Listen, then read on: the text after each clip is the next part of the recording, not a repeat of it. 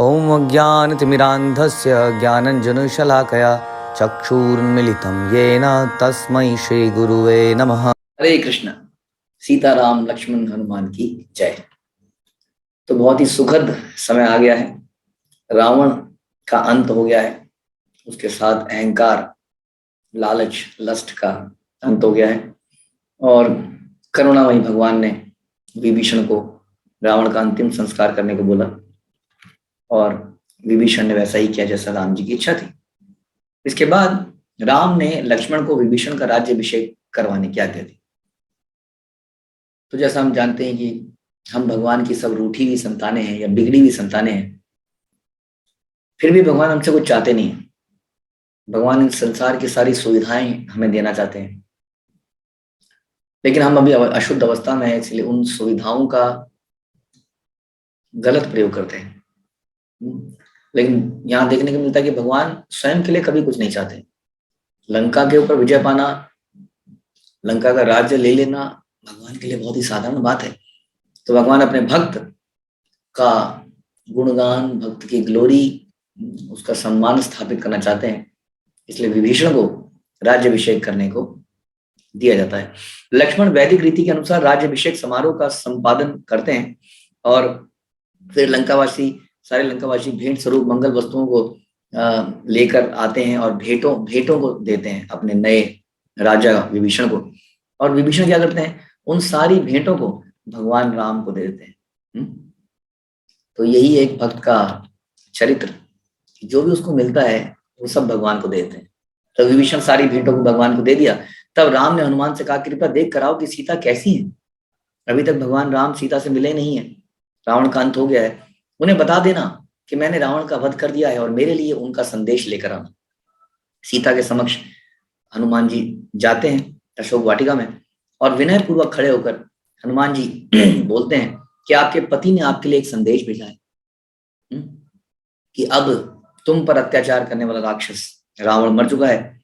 सीता हर्ष से इतनी भाव और भोर हो जाती है कि कुछ क्षणों के लिए कुछ बोल ही नहीं पाती और फिर बोलती हैं कि हे हनुमान, तुमने मुझे जो संदेश दिया है वह संदेश इतना दिव्य है, इतना मुझे प्रिय है।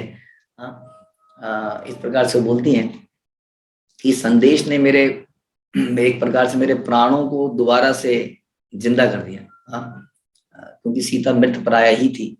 तो इस प्रकार से हे हनुमान, तुमने जो संदेश दिया है वह स्वर्ण तथा रत्नों की अपार राशि से भी मूल्यवान है। हाथ जोड़ते हुए हनुमान जी बोलते हैं, यदि आप चाहें तो मैं आपको इतने दिनों तक सताने वाली इन सभी भयंकर राक्षसनियों का वध कर दूं, क्योंकि इन्होंने आपको बड़ा सताया है।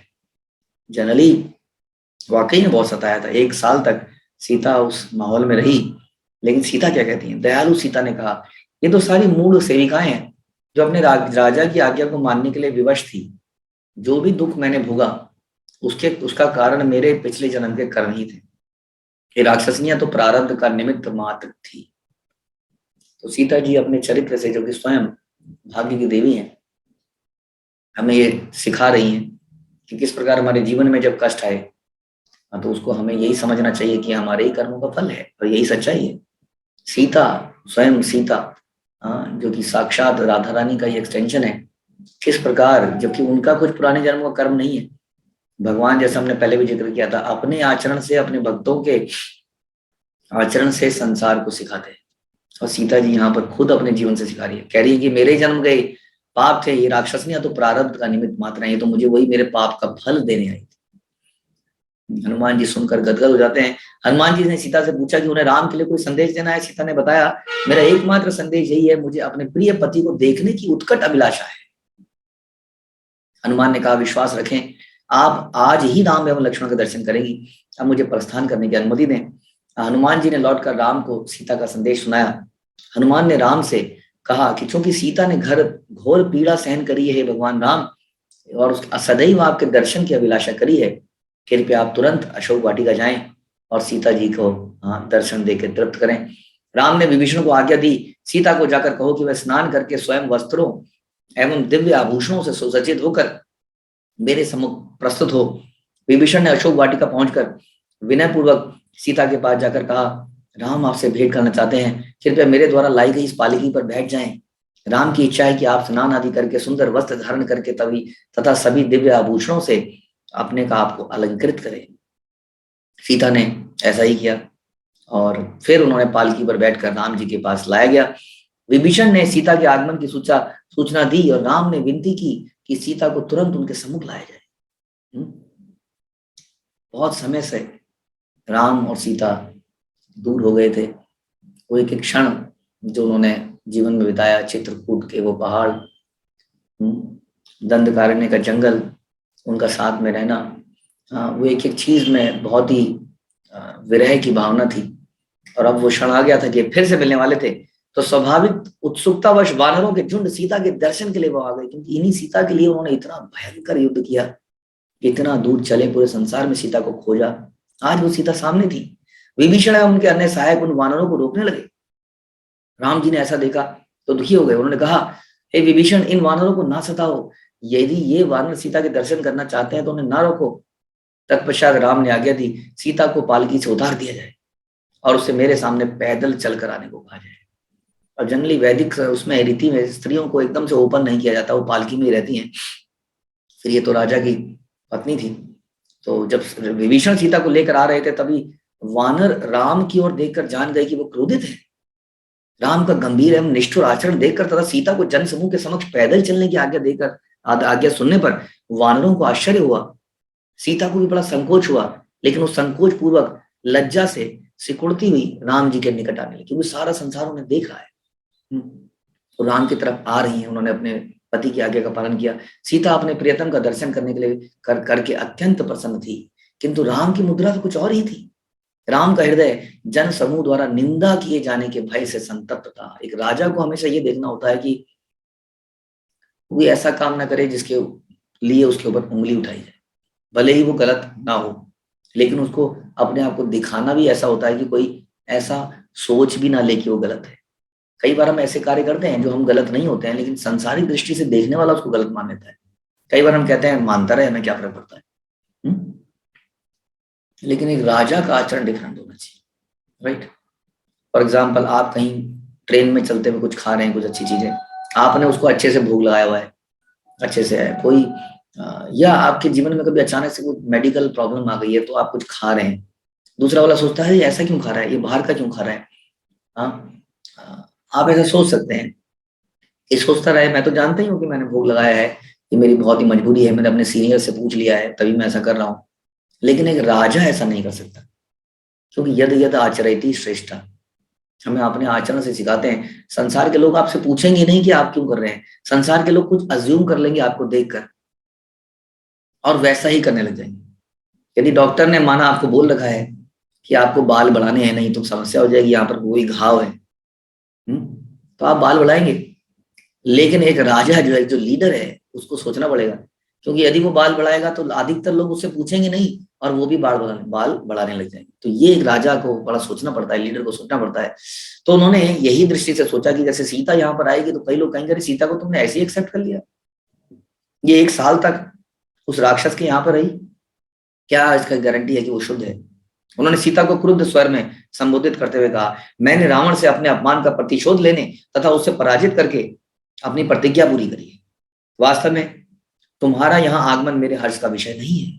रावण का वध करके मैंने अपना सम्मान पुनः प्राप्त किया है, अब तुम्हारे प्रति अनुराग रखने की मुझे कोई आवश्यकता नहीं है। एक तरह से उन्होंने ये दिखाया कि रावण ने मेरी पत्नी का अपमान किया, मेरे को इस तरह से संसार में एक गलत सिस्टम बनाया, एज ए राजा मैंने उसको पनिश किया कि ऐसा नहीं करना चाहिए, लेकिन तुम अब उसके साथ रही हो, इसलिए तुम्हारे साथ मेरा क्या काम। राम के वचन सुनकर सीता के रोंगटे खड़े हो गए और सर लज्जा से झुक गया। यही है वैदिक स्त्री, जो कभी भी रिवोल्ट नहीं करती थी। ऐसा कैसे कह सकते हो, तुम्हें तो मैं कोर्ट में देख लूंगी, चलो मेरे साथ। उसका सर लज्जा से झुक गया, क्योंकि वो गलत नहीं थी। हम जानते हैं सीता एकदम पवित्र थी, कैसे कोई सीता को अपवित्र कर सकता है, वास्तव में स्वयं भाग्य की देवी है। तो लेकिन उन्होंने अपना सर लज्जा से झुका लिया।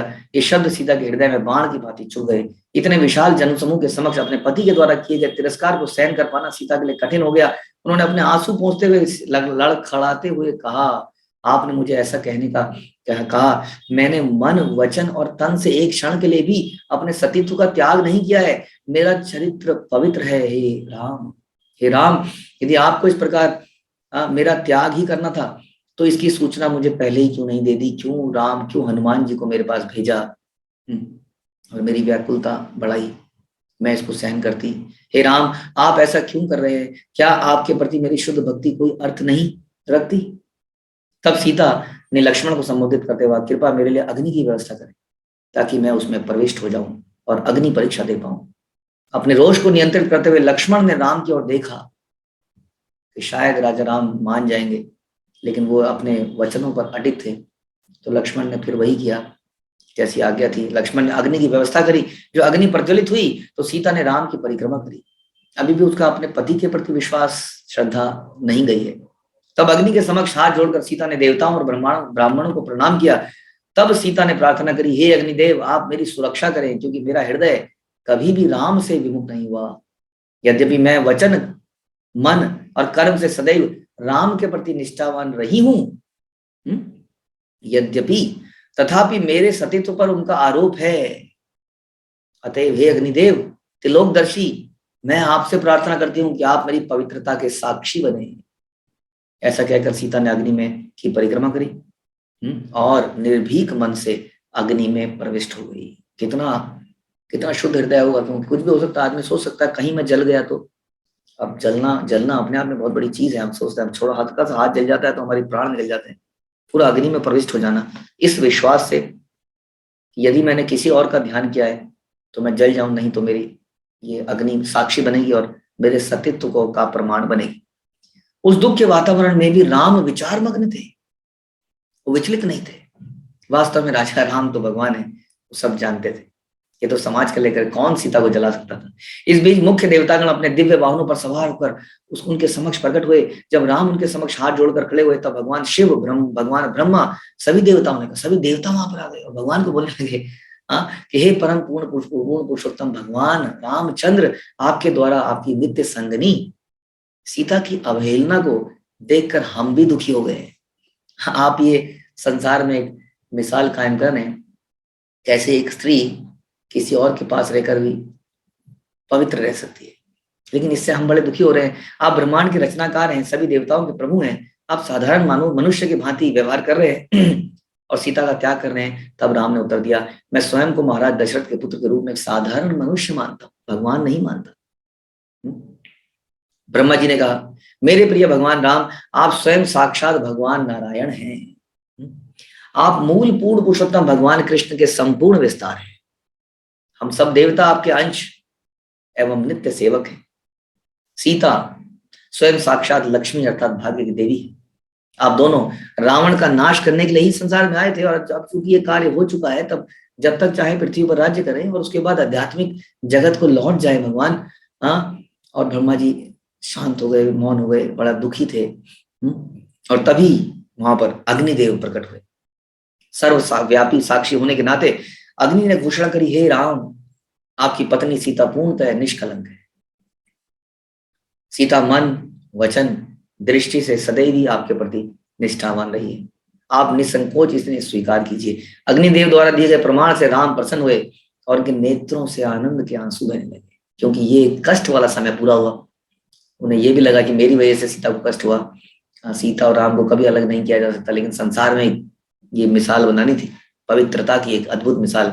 और राजा राम के कैसे राज्य चलाए जाए उसकी मिसाल कायम करनी थी। तो राम जी के इसके पूरा होते ही आंसू बहने लगे। उन्होंने कहा, हे अग्निदेव, सीता की निष्कलंक पवित्रता का जन साधारण को विश्वास दिलाने के लिए ही मैंने ऐसा किया। यदि मैं ऐसा ना करता तो पूरी लाइफ में सीता को लोग अपवित्र मानते रहते, उसके ऊपर आलोचना करते। मुझे आसक्त जानकर मेरी लोक निंदा होती कि मैंने भी उसको एक्सेप्ट कर लिया। मैंने तो उनकी अवहेलना करने का अभिनय मात्र किया। वस्तुतः सीता मेरे से पृथक है ही नहीं, वो मेरी अंतरंगा शक्ति है। जिस प्रकार सूर्य की किरणें सूर्य से पृथक नहीं हो सकती, उसी प्रकार सीता से पृथक होकर मेरा अस्तित्व ही संभव नहीं है। यहाँ पर आपने सुना होगा चैतन्य चरितमृत में कि एक ब्राह्मण था जो कि इस बात से बड़ा दुखी था कि सीता मैया को अग्नि परीक्षा देनी पड़ी। कैसे रावण ने सीता को टच भी कर लिया जब वो भगवान की शक्ति है तो। और इस बात से वो इतना दुखी था कि उसने खाना पीना छोड़ दिया था। तब चैतन्य महाप्रभु जब उससे मिले तो उन्होंने एक शास्त्र से उनको रेफरेंस दिया जो था कुर्म पुराण। तो कुर्म पुराण में ये रेफरेंस दिया गया है कि जब सीता का अपहरण हुआ, उससे पहले जब भगवान राम उस गोल्डन डियर, सुनहरे हिरण के पीछे भाग जाने के लिए तैयार हो रहे थे, तब वो सीता मैया को अंदर कुटिया में लेके गए। और उन्होंने कहा थोड़ी समय के लिए कुटिया में जाना है, कुछ बातचीत करनी है। और लक्ष्मण भारी थे, लक्ष्मण को इस बात का मालूम नहीं था। तब कहते हैं कि कुटिया में भगवान राम ने अग्नि को आह्वान किया, यज्ञ किया, और उसमें अग्निदेव आए और सीता मैया को अग्नि को सौंप दिया कि अब से सीता को अग्नि में मतलब आप संरक्षण में रखिए जब तक ये पूरा कार्य पूरा नहीं हो जाता। और उस वक्त अग्नि ने उनको वेदवती को दिया जो कि हूबहू सीता के रूप में थी। तो वेदवती वो स्त्री थी जिसने ये प्रण ले रखा था कि वो रावण की मृत्यु का कारण बनेगी, क्योंकि वो भगवान को प्राप्त करने के लिए, विष्णु को प्राप्त करने के लिए तपस्या कर रही थी। और उस तपस्या के बीच में रावण ने आके उनके साथ बदतमीजी करी। तब उन्होंने उसको एक तरह से श्राप दिया था कि मैं तुम्हारी मृत्यु का कारण बनूंगी। और उनकी हृदय की इच्छा थी कि वो विष्णु की पत्नी बने, इसलिए यज्ञ कर रही थी। तो इन दोनों इच्छाओं की पूर्ति के लिए वो इतने समय के लिए भगवान की पत्नी के रूप में रहेगी, ऑल दो वेदवती के रूप में नहीं, लेकिन सीता के रूप में वेदवती रहेंगी और भगवान की पत्नी के नाम से जानी जाएंगी। उनके लिए इतना ही बहुत बड़ी चीज थी। तो वो भगवान के सामने आगे आने वाले समय में लगभग 1 वर्ष कह सकते हैं आप, क्योंकि अपहरण के बाद लगभग 1 वर्ष लगा था। लगभग 11 महीने बाद राम जी वहां पहुंचे थे। और 11 महीने कुछ दिन, और कुछ दिन उसके बाद में सेतु बनाने में लगा, पहुंचने में लगा। फिर उसके बाद 7 दिन के करीब युद्ध हुआ। तो लगभग 1 साल पूरा बीता था। तो तब तक वेदवती वहां रही। और इस समय अग्नि परीक्षा के समय एक और उद्देश्य ये था कि परीक्षा के समय अग्निदेव ने बड़े ही सफाई से, चतुरता से उस अग्नि में से उस वेदवती को ले लिया और वहां पर सीता मैया को वापस दे दिया। और इससे पहले भगवान राम का इस तरह का जो चरित्र था कि वो जैसे ही सीता आई जो कि वेदवती थी, उसके नजरें से नजर नहीं मिलाते हैं। और सब इस बात को देख के बड़े परेशान थे कि भगवान राम को क्या हो गया, इतने निष्ठुर क्यों हो गए हैं। तो एक कारण ये भी था कि वो दूसरी स्त्री के तरफ नजर नहीं डाल सकते थे। हाँ, तो वेदवती जैसी उनके सामने आई तो उन्होंने बिल्कुल इधर उधर देखा और निष्ठुर बने रहे। और जैसे ही अग्निदेव ने सीता प्रसन्न करी, जो कि किसी को पता नहीं चला, राम जी फिर से भावनाओं में आ गए। तो ये इंटरनल रीजन भी हम सुनते हैं, अगर एक्सटर्नल रीजन हम सुन चुके हैं कि कैसे संसार में ये साबित करने के लिए, सीता की पवित्रता के लिए ये सब किया गया। तो वेदवती जो है अब यहाँ पर चली गई हैं और फिर से सीता आ गई है।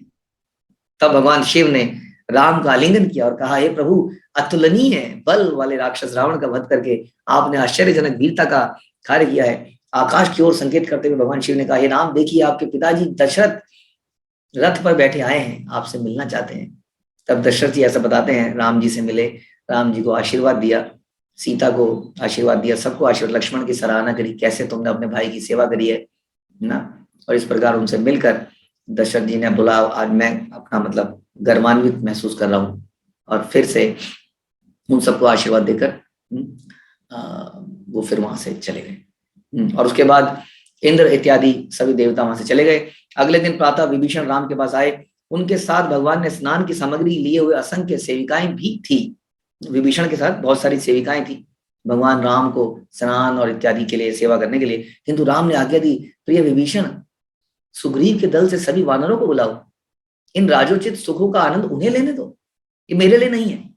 भरत जो मेरे लिए कठिन तपस्या कर रहे हैं, उनसे अलग रहकर ये वैभव मुझे आकर्षित नहीं करते। मेरा आग्रह है कि तुम मेरे शीघ्र अयोध्या लौटने का उपाय करो। एक और मर्यादा यहाँ भगवान राम प्रस्तुत करते हैं, किस प्रकार से हमें सदैव चिंतन करना चाहिए कि हमारे लिए कौन कौन व्यक्ति दुखी है, कौन कौन व्यक्ति ने कष्ट लिया है। हम कभी उसको हृदय से ना भूलें। कितने लोगों ने अपना समय, अपना बलिदान हमारे लिए किया है। हाँ, भगवान राम जो है, जो कि एंजॉय रहे, भोगता है, वो चीजों को भोग नहीं रहे हैं और वानरों को भोगने को कह रहे हैं मुझे तो ऐसे ही रहना है क्योंकि मेरा भाई अभी भी मेरे लिए तपस्या कर रहा है, क्योंकि वो सुखी नहीं है, वो इस आनंद को नहीं ले रहा है, तो मैं कैसे ले सकता हूँ। उधर भरत भी यही सोच रहे हैं, क्योंकि भगवान राम जमीन पे चल रहे हैं, तो मुझे तो जमीन के नीचे रहना चाहिए ना, अपने भाई से नीचे। तो सुरंग बनाकर, जमीन खोद कर वहां पर राज्य के बाहर भगवान के चरण पादुकाओं की सेवा करते हुए रह रहे हैं। ये है अद्भुत मिसाल प्रेम की, जिसमें केवल देना ही देना है। लेना नहीं है। विभीषण ने कहा यदि आप पुष्पक, उसके बाद भगवान बोलते हैं कि कैसे मुझे शीघ्र अयोध्या लौटना है, उसका उपाय बताइए। विभीषण कहता है यदि आप पुष्पक विमान पे जाएंगे तो आज ही अयोध्या पहुंच जाएंगे। हाँ, तो उसके बाद राम जी कहते हैं कि मैं तुरंत अविलंब अयोध्या प्रस्थान करने की आपसे अनुमति चाहता हूँ। क्योंकि विभीषण की भी प्रतिज्ञा, यदि मैं 14 वर्ष में पूरा नहीं आया तो वो अपने प्राण त्याग देगा। विभीषण शीघ्र जाकर राम के लिए पुष्पक रथ ले आए। यह आश्चर्यजनक रथ मूल रूप से कुबेर का था और रावण ने इसको चुरा लिया था, और इस रथ का निर्माण जो है विश्वकर्मा ने किया था, और ये सारथी के मानसिक संकेत के अनुसार कहीं भी जा सकता था, यानी इसको चलाना नहीं पड़ता था, अपने आप इच्छा करते थे वही जाता था। प्रस्थान करने से पूर्व राम ने विभीषण से निवेदन किया कि वे सभी वानर योद्धाओं को भेंट स्वरूप स्वर्ण और जवाहरात प्रदान करें। सभा को संबोधित करते हुए राम ने कहा, मेरे प्रिय वानर योद्धाओं, तुमने मेरी ओर से वीरता पूर्वक युद्ध किया है, इसलिए मैं तुम्हारा सदैव ऋणी रहूंगा। अब तुम सब किष्किंधा लौटकर सुग्रीव के नेतृत्व में सुखपूर्वक रहो। विभीषण तुम्हें लंका के राजकाज का उत्तरदायित्व तुरंत ग्रहण कर लेना चाहिए। विभीषण को भी बोला, क्योंकि लंका अब राजा विहीन है। तब राम के समक्ष खड़े होकर हाथ जोड़कर सुग्रीव और विभीषण ने निवेदन किया, हे प्रभु, कृपया हमें अयोध्या तक जाने की अनुमति दे दीजिए। राज्याभिषेक उत्सव देखने के पश्चात हम वहां से लौट आएंगे। राम ने कहा, सभी मित्रों सहित अयोध्या लौटने में जो मुझे हर्ष होगा उसके जैसा कोई नहीं है। तुम सब चलो। और सब के सब वानर और सारे लोग अब पुष्पक विमान पे बैठ गए। पुष्पक विमान एक ऐसा विमान था जो कि लोगों के अनुसार बड़ा हो सकता था। तो पुष्पक रथ महिमामय रूप से वायु मोड़ा और राम सीता को बता रहे थे। अब वो रास्ता आ रहा था जहां जहां से लोग आए थे। अब राम ने बताया, देखो रणभूमि का स्थल जहां राक्षस मृत पड़े, यहीं पर लड़ाई हुई थी, क्योंकि सीता जी तो अशोक वाटिका में थे। देखो देखो वह स्थान जहां रावण गिरा, देखो जहां कुंभकर्ण मरा, जहां इंद्रजीत मरा। ऊपर देखो देखो ये नल सेतु है जिस पर चढ़कर हमने सागर को पार किया और हम लंका में आए। उस पुल के बारे में बताया, कैसे वो पुल बना, सीता जी को सारी कहानी बताई। हाँ, वहां दूर स्थान पर सेतु बंद है जहां सेतु का निर्माण कार्य प्रारंभ हुआ। इसको आज भी हम इसके दर्शन कर सकते हैं, सेतु बन जगह की। पुष्पक विमान जब सेतु बंद से जा रहा था तो भगवान राम ने ऐसा बोला कि हमें शिव जी को धन्यवाद देना चाहिए और उनकी यहाँ पर हम एक बार पूजा करेंगे। तो पुष्पक विमान को वहां पर उतारा गया और रामेश्वरम में भगवान ने उनकी पूजा करने की सोची। कई लोग ऐसे कहते हैं कि जब राम भगवान जा रहे थे रावण से लड़ने, तब उन्होंने इसको स्थापना करी। कहीं बताते हैं कि आते हुए स्थापना करी। तो जो भी है, लेकिन यहाँ पर ऐसा हुआ। इस पे भी कंफ्यूजन नहीं होना चाहिए कि भगवान कृष्ण ही ईश्वर हैं। और जब हम रामेश्वरम कहते हैं तो इसका मतलब कई लोग सोचते हैं कि राम जो है, राम के ईश्वर, इसको सोचते हैं राम के ईश्वर शिव जी, जबकि इसका ये भी मतलब है और यही मतलब है कि राम जिसके ईश्वर हैं वो शिव जी। तो भगवान का एक नेचर है, आप देखेंगे कि वो अपने भक्तों को बहुत ग्लोरी दिखाते हैं।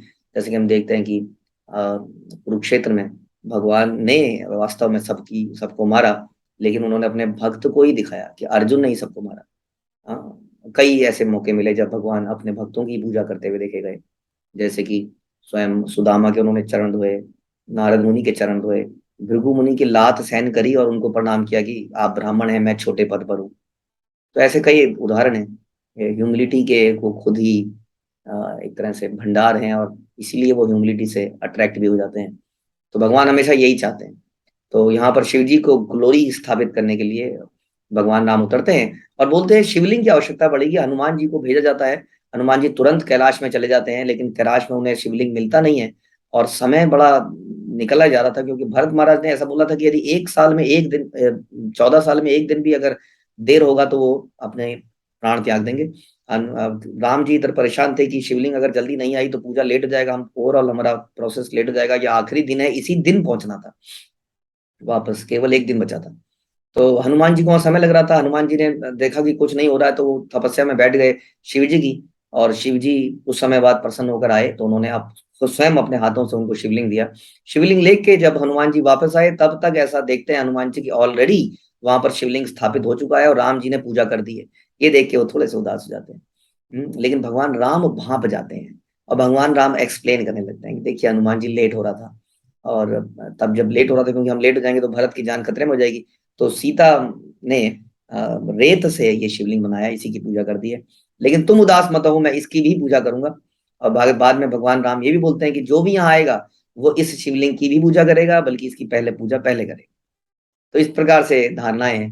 तो वहां पर दोनों शिवलिंग इसलिए पाए जाते हैं, एक जो हनुमान जी लेके आए, एक जो सीता मैया ने बनाया। तो इस प्रकार से भगवान दिखाते हैं, हमें सिखाते हैं कि कैसे हमें सेंसिटिव रहना चाहिए। लोगों के चेहरों से, लोगों की बोली से, कई चीजों से पता चल जाता है कि वो, उनको कोई सेटबैक लगा है या वो दुखी है। तो अच्छा भक्त वही है जो इस चीज को पहचाने, कहीं उन्होंने वचन से या किसी एक्टिविटी से किसी को दुख तो नहीं दे दिया है। तो भगवान राम ने तुरंत किया, और केवल हनुमान को संतुष्ट करने के लिए उन्हें फिर से पूजा करने के लिए अग्री हो गए। तो ये करके फिर ये लोग यहाँ से आगे चलते हैं। जब राम ने सीता को किष्किंधा दिखाया तो सीता ने कहा, अयोध्या लौटते समय वानर प्रमुखों की पत्नियों का संग अगर मिल जाए तो कितना अच्छा है। तो बीच में किष्किंधा आया सुग्रीव की जगह। तो सीता जी ने कहा, क्यों ना सुग्रीव और बाकी वानरों की पत्नियों को भी ले लिया जाए, मुझे भी संग मिल जाएगा। रथ रोका गया। राम ने सुग्रीव तथा अन्य योद्धाओं को आदेश दिया कि शीघ्र अपनी पत्नियों को लेकर आए। सभी के आगमन के पश्चात उन्होंने पुनः यात्रा आरंभ की। तो पुष्पक विमान की इस घटना से हमें एक सीख मिलती है। रावण ने आज तक इस पुष्पक विमान को केवल अपने लिए इस्तेमाल किया था, और इसमें हमेशा एक ही व्यक्ति बैठा, जबकि इसकी अनलिमिटेड कैपेसिटी थी। भगवान राम के पास आते ही, जो कि वास्तव में भोक्ता हैं हर चीज के, हर वस्तु के, वो इस पुष्पक विमान को कितने सारे वानर, और बाद में उनकी पत्नियां, उन सब के लिए ले लेते हैं। तो भगवान हमें दिखाते हैं कि किस प्रकार से जो हमें संपत्ति, बुद्धि या जो भी वस्तु मिलती है, उसे हमें सबके लिए यूज करना चाहिए। उसे अपने लिए, अपनी संपत्ति को केवल अपने लिए यूज नहीं करना चाहिए। भगवान राम अपने एग्जाम्पल से दिखाते हैं, और एक at the same time Sita मैया दिखाती हैं कि हमें कितना कंपैशनेट होना चाहिए उन लोगों के लिए जो फ्रंट में आके सर्विस करते हैं, बल्कि उनके लिए भी जो बैक में रह के सर्विस करती हैं। वो रिकग्नाइज करती हैं कि ये जो माताएं हैं, जो वानरों की पत्नियां हैं, इन्होंने कितना बड़ा बलिदान दिया है, जिन्होंने इन वानरों को युद्ध के लिए भेजा, तो इनको भी ले लीजिए। तो दिस शोज ग्रेटिट्यूड, कृतज्ञता। तो भगवान राम और सीता दोनों अपने चरित्र से हमें बहुत कुछ सिखा रहे हैं, कृतज्ञ रहना, अपनी संपत्ति को दूसरों के लिए इस्तेमाल करना। राम ने सीता को दिखाया, यह ऋषिमुख पर्वत है जहां मैं सुग्रीव से मिला था, यहाँ गोदावरी है जिसके तट पर अगस्त ऋषि का आश्रम है। हे सीता, यही वो स्थान है जहां से रावण तुम्हें हर कर ले गया था। यह चित्रकूट है जहां भरत मुझसे मिलने आए, और लक्ष्मण ने बहुत अच्छी कुटिया बनाई थी हमारे लिए। सब बातें याद आती रही। इस प्रकार अयोध्या लौटते हुए राम, सीता और लक्ष्मण का संपूर्ण वनवास विपरीत क्रम में एक बार पुनः प्रदर्शित हुआ। और उसके बाद सरयू नदी दिखाई पड़ी, और उसके पश्चात अयोध्या की बाहरी सीमा दी। नगर में प्रवेश करने से पूर्व राम भरद्वाज मुनि के आश्रम में रुके। राम का प्रसन्नतापूर्वक स्वागत करने के पश्चात भरद्वाज मुनि ने कहा, आपकी अनुपस्थिति में भरत मृग छाल और वृक्ष की छाल एवं जटा धारण किए हुए है, वैराग्य पूर्वक जीवन बिता रहा है। वे आपकी चरण पादुकाओं को राज सिंहासन पर रखकर आपके सेवक की भांति राजकाज देख रहे हैं। हे राम, अपनी दिव्य शक्ति से मुझे ज्ञान है कि आपने पृथ्वी का भार हटा दिया है, इसलिए आपकी इच्छा अनुसार किसी भी प्रकार का वरदान देने में मुझे हर्ष होगा। राम ने प्रसन्नता पूर्वक कहा, अयोध्या के मार्ग में स्थित सभी वृक्ष फल तथा पुष्पों से भर जाएं। उन्होंने यही मांगा। अमृत के सुगंध का उदम करने वाली मधु की धारा में वृक्ष प्रवाहित हों, और इस प्रकार से सारे वृक्ष फलों से भर गए। और यह देखते ही, आश्चर्य परिवर्तन को देखते ही, सहस्त्रों वानर पुष्पक रथ से नीचे कूदकर अपना भोजन करने लगे। वानरों के आनंद के लिए भगवान ने एक और लीला रची। राम यह विचार कर रहे थे कि वानरों की निस्वार्थ सेवा के लिए कैसे उन्हें पुरस्कार दिया जाए। इसलिए जब वानरों को यह सब मिला तो राम जी बड़े प्रसन्न हुए। हनुमान की ओर मुड़कर राम ने कहा, कृपया गु को मेरे आगमन का संदेश दे दो। मतलब अयोध्या में जाइए, बताइए कि मैं आ गया हूं, और नंदीग्राम में जाओ, भरत को बताओ, सारी कहानी बताओ कि किस प्रकार रावण का सीता को हर कर ले जाने और मेरे द्वारा उसको मुक्त कराने की सारी घटना उनको बताइए। और यह बताते हुए भरत के मुख को ध्यान से देखिए कि मेरे आने की सूचना को वो कैसे लेता है। वो इसको पॉजिटिवली ले रहा है, प्रसन्नचित है, कहीं ऐसा तो नहीं है उसको राज्य खो जाने का भय है। यदि ऐसा है तो मैं भरत को राज्य करने दूंगा सुखपूर्वक, मुझे बहुत अच्छा लगेगा अगर भरत ही राज्य करे। अद्भुत मिसालें हैं, संसार में ऐसा देखने को नहीं मिलता है। वो कह रहे हैं उसका जरा सा भी अगर मूड ऐसा है कि मैं ही बना रहूं राजा, तो मैं उसको राजा बने ही रहने दूंगा। इसलिए जब ये घटनाएं बता के अगर वो एक्साइटेड होता है, भैया आ गए और एकदम से, तो इसका मतलब वो चाहता है कि मैं बनूं, नहीं तो वही बना रहे, मेरे हृदय में जरा सा भी कुछ नहीं है। तो मानव रूप धारण करके हनुमान चल पड़े। तो वायु में उड़ते गए। पहले उन्होंने सूचना दी सबको कि ऐसा ऐसा हो गया है, भगवान राम आने वाले हैं। तो राम भरद्वाज मुनि के आश्रम में रात्रि व्यतीत करने के पश्चात उनसे भेंट करने आएंगे। नंदीग्राम पहुंचकर हनुमान ने भरत को वृक्ष की छाल एवं जटा धारण किए हुए देखा, और भरत फल मूल खाकर एक छोटी सी कुटिया में निवास कर रहे थे, जबकि वो राजा थे। वे अत्यंत कृषकार्य और दयनीय प्रतीत हो रहे। देखिए, ये है भरत, एक तो अयोध्या के राजा है, राजा कुटिया में रहते हैं कि उनके भाई खुद ही जंगल में है। तब हनुमान भरत के पास जाकर बोले, मैं राम का दूत हूं, उन्होंने आपका कुशल मंगल पूछा है तथा अपने शीघ्र ही अयोध्या लौटने का संदेश आपको भेजा है। हनुमान के सुंदर वचन सुनते ही भरत का मुख हर्ष से खिल गया, दिव्य भाव से विभोर होकर वो मूर्छित हो गए। मूर्छा टूटने पर भरत ने हनुमान का आलिंगन किया। तब भरत ने शत्रुघ्न को राम के स्वागत की तैयारियां करने के लिए कहा। तब सुमंत्र अन्य मंत्री भी हाथी पर सवार होकर नंदीग्राम पहुंचे, जहां पर भरत महाराज थे। तो इस प्रकार से भरत बिल्कुल भी उदास नहीं थे, बल्कि उनको तो प्राण मिल गए थे राजा राम के आने पर। कौशल्या, सुमित्रा, केकई सभी पालकी में बैठकर पहुंचे। सभी व्यवस्थाएं पूर्ण होने के पश्चात भरत ने राम की पादुका, एक श्वेत राज छत्र तथा चामर उठाए। भरत ने राम की पादुका, राज छत्र, चामर को उठाया। फिर वह अनेक ब्राह्मणों को लेकर शंख एवं नगाड़ों की ध्वनि के बीच अपनी कुटिया से निकले। अयोध्या की सारी प्रजा राम के दर्शन के लिए नंदीग्राम आ गई। जब हनुमान ने दूर से अकस्मात पुष्पक रथ को देखा, हनुमान जी ने बोला, आ गए श्री राम। सभी उछल गए, जय श्री राम। सभी आदरपूर्वक अपने अपने स्थानों, रथों, हाथियों, घोड़ों से उतर गए और भरत दूर से ही राम की आराधना करने लगे, दूर से ही। अंततः जब भरत ने स्पष्ट रूप से रथ में बैठे दिव्य प्रभायुक्त राम को देखा, तब दौड़कर भरत अपने ज्येष्ठ भ्राता का अभिवादन करने के लिए रथ पर चढ़ गए। राम भी भरत का आलिंगन करने के लिए अपने स्थान छोड़ गए। भरत राम के पास जाए गए और उनके चरण कमल पर अति प्रेम आनंद सहित गिर पड़े। भगवान राम ने देखा कि भरत बड़े दुर्बल हो गए हैं। सर्वाधिक कृपालु भगवान राम यह देखकर दुखी हुए। तत्पश्चात भरत ने लक्ष्मण एवं सीता का अभिवादन तथा उनकी स्तुति करी। तब उन्होंने सुग्रीव का आलिंगन करके उनका स्वागत कहा, यद्यपि तो हम 4 ही भाई हैं, लेकिन आज से आप हमारे 5वें भाई हैं। इस बीच राम ने अपनी माता कौशल्या के चरण स्पर्श किए, जैसा कि आप इस फोटो में देख रहे हैं। सीता, लक्ष्मण, राम, ये सब लोग प्रणाम कर रहे हैं अपने बड़ों का।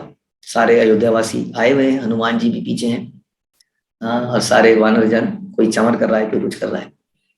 तो इस प्रकार से उन्होंने उनको सबको प्रणाम किया। सुमित्रा, केकई, वशिष्ठ जी को प्रणाम किया और अयोध्या की सारी प्रजा ने भगवान राम को प्रणाम किया। तत्पश्चात भरत राम की चरण पद का हाथ में लेकर उनके सामने प्रकट हुए। भरत ने कहा, यही वह राज्य है जिसका मैंने अपनी आपकी अनुपस्थिति में निरीक्षण किया। आपकी कृपा से अयोध्या फल फूल रही है तथा उसका धन, कोष एवं सेना में 10 गुना वृद्धि हो गई है। मेरा कर्तव्य पूर्ण हुआ। उस लकड़ी की चरण पादुका को राम को अर्पित करने के पश्चात भरत हाथ जोड़े हुए तथा अश्रुपूरित नेत्रों सहित खड़े हो गए। रामचंद्र ने भरत का आलिंगन किया। वहीं खड़े अश्रुपात करते रहे।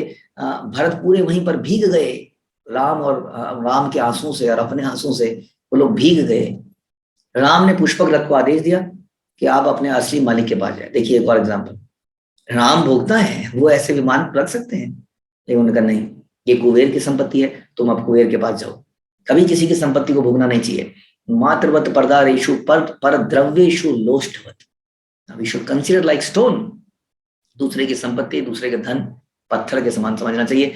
इस प्रकार वह दिव्य वाहन आकाश में उत्तरी दिशा की ओर चला गया। उत्सव के वातावरण में भगवान रामचंद्र अयोध्या पहुंचे और यही वो दिन है जब हम दिवाली मनाते हैं, भगवान रामचंद्र के आगमन की खुशी में। और दामोदर लीला भी इसी दिन हुई। शत्रुघ्न की आज्ञा से सुमंत्र एक अति सुंदर सुसज्जित रथ लेकर राम के समक्ष आए। राम सौम्यता पूर्वक रथ पर चढ़ गए। जैसे ही राम अयोध्या की ओर बढ़े, पूरा विशाल जन समुदाय उनके पीछे पीछे चलने लगा। जय राजा राम की। राम ने अपना महल सुग्रीव के उपयोग के लिए दिए जाने की आज्ञा दी। बताइए, भगवान इतने कृतज्ञ हैं अपने भक्तों के लिए कि सारा महल वानरों के लिए दे दिया कि तुम इसमें आराम से रहिए, ठाट बाट में रहिए, रेस्ट कीजिए, आनंद लीजिए, क्योंकि उन्होंने बहुत कष्ट लिया है भगवान के लिए। उसके पश्चात ऋषि ने राम एवं सीता को बहुमूल्य रत्नों से निर्मित एक राज सिंहासन पर बिठा दिया। यह समय आ गया राम के राज सिंहासन राज देने का, उसको राज सिंहासन पर बिठाने का, उनको राजा बनाने का। जैसे ही राम बहुमूल्य रत्नों से सजाए गए स्वर्ण सिंहासन पर बैठे, वैसे ही वशिष्ठ ने उनके ललाट पर राज को मुकुट पहना दिया। और इसके पहले कईयों ने उनका स्नान किया, अभिषेक किया। वहां देवता भी सारे उपस्थित थे जगह जगह से, तथा उनके शरीर को स्वर्ण आभूषणों से सजा दिया। हनुमान की सेवा के लिए सीता ने भेंट स्वरूप उन्हें कुछ देना चाहा। मन में ऐसा विचार करते हुए सीता ने राम द्वारा दिया गया हार अपने गले से निकालकर राम की ओर प्रसन्नतापूर्वक दृष्टि से देखा। अपना हार निकाल के सीता की इच्छा जानकर राम जी ने वह हार हनुमान को भेंट में दे देने का आग्रह किया। इस प्रकार उन्होंने प्रसन्नतापूर्वक उसको हनुमान के गले में पहना दिया। सीता के दिए गए हार को हनुमान जी बड़े ध्यान से देखने लगे और न जाने वो क्या कर रहे थे, और तभी थोड़ी देर में उन्होंने हार को तोड़ दिया। और सारे लोग देख के इसको बड़ा हैरान हो गए। सबको लगा यही कैसा भक्त है, इसके बारे में हमने इतना सुना था, भगवान राम इसको अपने बराबर समझते हैं, कितना इसको फेवर देते हैं, इसने हार तोड़ दिया, गिफ्ट को तोड़ दिया।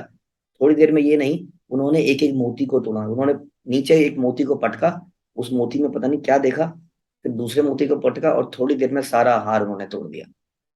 अब सब लोग हनुमान जी के व्यक्तित्व पर दोषारोपण करने लगे, जैसा अक्सर हो जाता है, आपकी इंटेंशन को वो व्यक्ति समझ नहीं पाता है, और लोगों ने आप बोलने लगे, खुसखुसाहट होने लगी। और तभी कोई बोलने लगा, क्या करते हो, कैसा व्यक्ति है, क्या ढूंढ रहा है। तो उन्होंने बोला, मैं तो इन मोतियों में भगवान राम और सीता को ढूंढ रहा था। लोग हंसने लगे, क्या मतलब मोतियों के अंदर राम सीता ढूंढ रहे थे, क्या तुम उसी वस्तु को धारण करते हो? ऐसा है तो क्या तुम्हारे शरीर में राम सीता है? नहीं है तो क्या तुम अपने शरीर को भी फाड़ दोगे, तोड़ दोगे? तो तभी अचानक से हनुमान जी क्या करते हैं, अपनी चेस्ट को फाड़ देते हैं और उसके अंदर से राम और सीता दिखते हैं। और ये देखते ही सबका मुंह चुप हो जाता है, बंद हो जाता है। और भगवान राम जो है हनुमान जी को गले लगा लेते हैं। ये कथा हम सुनते हैं, और इसको एग्जैक्टली हम कहीं उसमें पाते नहीं है वाल्मीकि रामायण में, लेकिन इस प्रकार से हम ये कथा सुनते हैं कि हनुमान जी ने वहां पर इस तरह का व्यवहार दिखा, और ये दिखाया कि कैसे एक भक्त केवल अपनी सेवाओं के बदले में कुछ इच्छा नहीं करता है। हनुमान जी ने अपना पूरा जीवन ही दे दिया भगवान राम को, और बदले में हम देखते हैं कि वो एक लंगोट में रहते हैं, साधारण से बने रहते हैं। संसार भर में लोग क्या क्या नहीं मांगते हैं उनसे, लेकिन उन्होंने अपनी सेवा के बदले में भगवान राम से कुछ नहीं मांगा, ना कुछ चाहा। वो केवल उन्हीं के प्रेम में रहना चाहते थे। तो ये अद्भुत चरित्र यहाँ पर हनुमान जी दिखाते हैं। और यहीं पर सब गिफ्ट्स का लेना देना चल ही रहा था। तो अब बात ये भी आती है, जिस जिसको गिफ्ट देते जा रहे थे वो अपने उनको विदा करते जा रहे थे, कि एक एक वानर को। तो भगवान राम ने एक एक वानर को, जो कि असंख्य गणना में थे, हम सुनते हैं ऐसा, तो एक एक को पर्सनली गिफ्ट दिया। और क्योंकि उनके लिए वो बड़ा ग्रेटफुल फील करते थे, एक एक को पर्सनली गिफ्ट दिया और एक एक को सी ऑफ किया। सब जाते रहे और हनुमान जी को संभाव, हनुमान जी नहीं गए। लेकिन अब विभीषण का नंबर आया, तो विभीषण को भी बोला गया कि उनको कुछ गिफ्ट दिए गए। तो बोला गया कि अब आप जाके अपना लंका में संभालिए। तो विभीषण जो है जाना नहीं चाहते, वो कहते थे मैं क्या संभालूंगा प्रभु, आप ही संभालिए। तो भगवान ने उनको समझाया कि नहीं, आपको तो जाना पड़ेगा। जब विभीषण बिल्कुल नहीं माने तो भगवान राम ने उनको एक अद्भुत गिफ्ट दिया। तो भगवान राम ने विभीषण को रंगनाथ जी गिफ्ट में दिए। तो रंगनाथ जी आज की डेट में हम इनको श्री रंगम में देख सकते हैं। तो भगवान ने, जब विभीषण ने रंगनाथ जी को देखा तो देखा कि ये एग्जैक्टली राम जी के चेहरे से मैच करते हैं। तो अल्टीमेटली वो विष्णु का रूप है। ऐसा कहते हैं कि ब्रह्मा जी ने उनको स्वयं अपने हाथों से बनाया है। और भगवान ये राजा दशरथ और इनके इनके सारे पूर्वज रंगनाथ जी की सेवा सदियों से करते आ रहे हैं। स्वयं भगवान राम ने रंगनाथ जी की पूजा अर्चना करी है। हाँ, तो इसलिए उनका रूप एकदम भगवान जैसा ही है। तो जब उनको देखा तो उनको एकदम से उसमें राम जी दिखे। भगवान का चमत्कार भी था। तो वो गिफ्ट को लेने के लिए, वो लेकर फिर जाने के लिए एग्री हो गए। तो रंगनाथ जी को लेकर ऐसा हम सुनते हैं कि विभीषण जी वहां से चल पड़े। वो दैत्य राक्षस योनि के थे, तो वो उनके पास शक्तियां थी, तो उड़ के वो लेके जा रहे थे तो रंगनाथ जी को। तो रंगनाथ जी, एक ऐसा कुछ चमत्कार हुआ कि अचानक से विभीषण जी को एक पर्टिकुलर जगह में, जो कि श्रीरंगम है, उसके ऊपर से जब जा रहे थे तो उन्हें ऐसा लगा कि मुझे थोड़ा सा नेचर्स कॉल, मतलब टॉयलेट या मुझे यूरिन पास करने की उनकी ऐसी इच्छा हुई। तो वो नीचे उतरे। उन्होंने रंगनाथ जी को एक सही सी जगह पे रखा, एक चट्टान सी जगह पे रखा, और वो वहां से फ्रेश होने के लिए गए। जब वो वापस आए तो रंगनाथ जी वहां से हिले ही नहीं। उन्होंने पूरा दम लगा दिया, रंगनाथ जी उठे नहीं। तब विभीषण समझ गए ये भगवान की ही इच्छा है, और इस प्रकार से भगवान की इच्छा समझकर विभीषण वहां से आगे गए। तो वो रंगनाथ जी आज भी श्रीरंगम में स्थित हैं, और वहां पे एक भव्य सुंदर मंदिर है। ऐसा मंदिर बताते हैं कि सबसे वन ऑफ द बिगेस्ट मंदिर इन द वर्ल्ड, ऐसा मंदिर है वो। तो उसमें आज भी हम उन रंगनाथ जी के दर्शन कर सकते हैं। सबके चले जाने पर राम ने लक्ष्मण से कहा, मेरा भाई, अब चूंकि मेरा राज्याभिषेक हो जाए, मेरी इच्छा है कि तुम उत्तराधिकारी बनो मेरे। और लक्ष्मण जी देख के कुछ जवाब नहीं दिए, कुछ नहीं बोले। थोड़ी देर में राम समझ गए कि लक्ष्मण इसको नहीं चाहते हैं। लक्ष्मण चाहते हैं कि भरत ही उनका उत्तराधिकारी बने, तो भरत को राम का उत्तराधिकारी बनाया गया। लक्ष्मण तो आप जानते ही हैं हर चीज, यानी ये सारे भाई एकदम विरक्त हैं और एक दूसरे के लिए कुछ भी करने को तैयार है। राम ने अपनी राजधानी अयोध्या में पूरी पृथ्वी पर 11,000 वर्षों तक शासन किया। उन्होंने 100 अश्वमेध यज्ञों सहित अनेक यज्ञ कराए। प्रजा राम को ही अपना प्राण और अपनी आत्मा मानती थी। अयोध्या राज्य खूब फला फूला, जैसे हम कहते हैं राम राज्य, क्योंकि चारों तरफ भगवान का नाम संकीर्तन, भगवान की पूजा, यज्ञ इत्यादि होता था, इसलिए चारों तरफ समृद्धि थी। इस प्रकार ऐसा लगता था मानो सारी पृथ्वी भगवान के राज्य वैकुंठ में परिवर्तित हो गई है। तो इस प्रकार से राम जी का अयोध्या में वापसी आने का ये प्रसंग समाप्त होता है।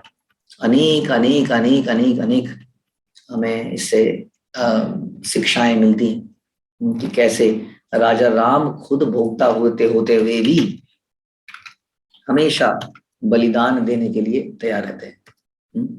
और हमेशा, जैसा हमने देखा, पुष्पक विमान का भेजे जाना, वानरों को सुख सुविधा हमेशा देने के लिए तत्पर रहना, कृतज्ञता, उनके अंदर कृतज्ञता थी कि किस प्रकार से वानरों ने मेरे लिए किया है तो मैं उनके लिए कैसे कुछ कर दूं, यही उनकी इच्छा रहती थी, केवल एकमात्र इच्छा। तो इस प्रकार से हमें बहुत ही शिक्षाएं ये जो है ये ग्रंथ है ये देता है। ये केवल एक कथा नहीं है जिसको हमें केवल सुनते रहना है वास्तव में। हमें इसको बड़े ध्यान से सुनना है, उसको अपने जीवन में उतारना है, इसी से हमारा लाभ होगा, भगवान राम प्रसन्न होंगे। आगे अभी और भी कुछ चर्चाएं हैं जो कि हम अगले सत्र में करेंगे। हरे कृष्ण। सीता राम लक्ष्मण हनुमान की जय। श्रील प्रभुपाद की